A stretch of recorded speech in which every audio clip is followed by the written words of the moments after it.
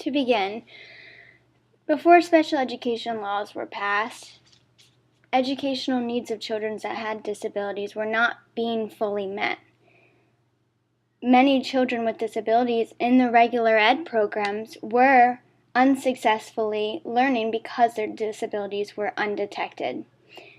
Even lack of adequate services in public school systems were creating families to find their services outside of public school systems, and they often had to travel great distances from their homes and using their own expenses. However, there was hope because the Public Law 94-142, otherwise known as the All Handicapped Children Act, EHA, was signed.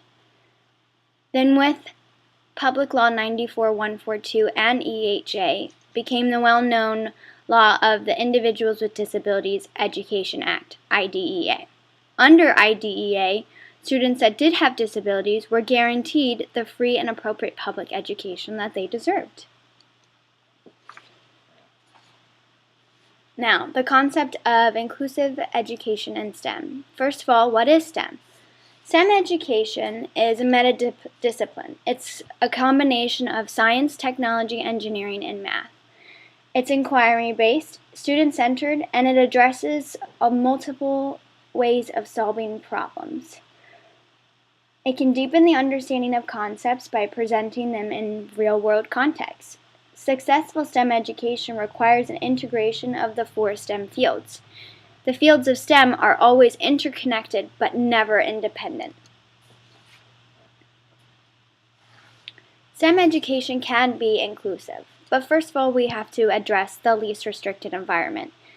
This is like mainstreaming students into the general education classroom. It can be successful because there is evidence of it being successful within general education classes. Now, what is inclusion? Well, inclusion focuses on the abilities and possibilities that students with disabilities have, and never focuses on their limitations. And it is always stated that no one will be rejected or locked out from a successful educational pathway. So how do we see STEM education being inclusive? Well, it takes place in every classroom, typically within the general education class. And within an inclusive setting, students with disabilities are able to participate in the STEM activities to the best of their abilities. By pursuing this teaching approach, it can revamp a classroom curriculum above and beyond the norm. Common Core, and how can this support students with disabilities in STEM? Well, first of all, the Common Core is the teacher's stepping stones. It's our standards. It's what we find on seed palms. It's the outline of what students are supposed to learn by the end of each grade level. They are a set of requirements, and they're not just for English language arts, but other disciplines too, and that does include the STEM subjects. So STEM compared to the Common Core, it focuses on the hands-on learning and innovative problem solving rather than just assessing and generalizing learning for all students. So when one STEM subject is taught, it often can lead to learning another. Learning through doing, that is the most important part. Technology. Technology is great because it can impact learning no matter what, but specifically within STEM, technology needs to be understood by the students that it involves more than just computers and iPads, that there's an ample amount of vast tools available that can make their life simpler.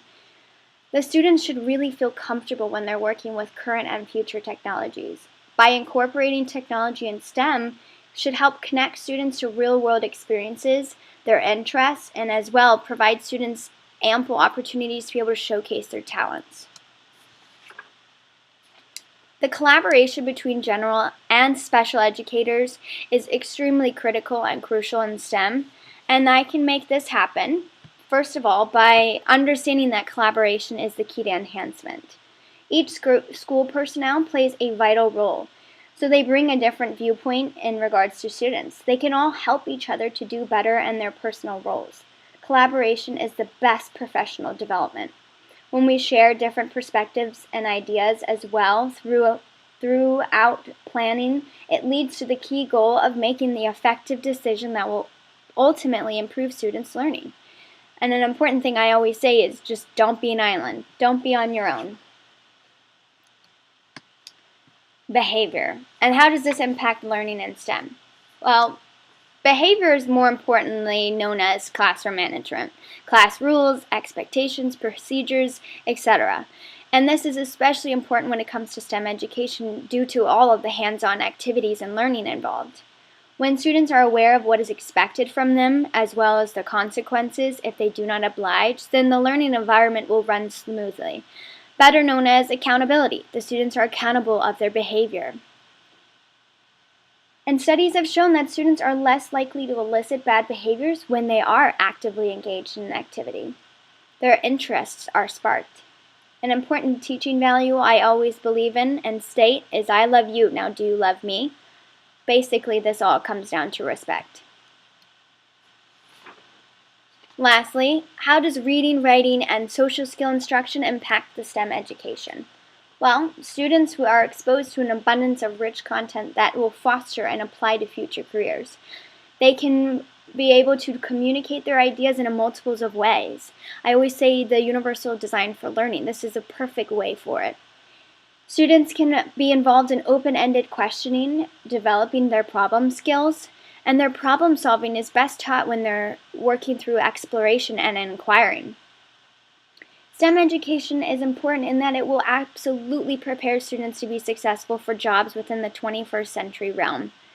And most importantly, the skills that students learn will lead them to jobs that are high on demand. And below, I have added a link to a STEM portfolio I have created a few years ago that offers a whole bunch of other sites and useful resources. Thanks for listening.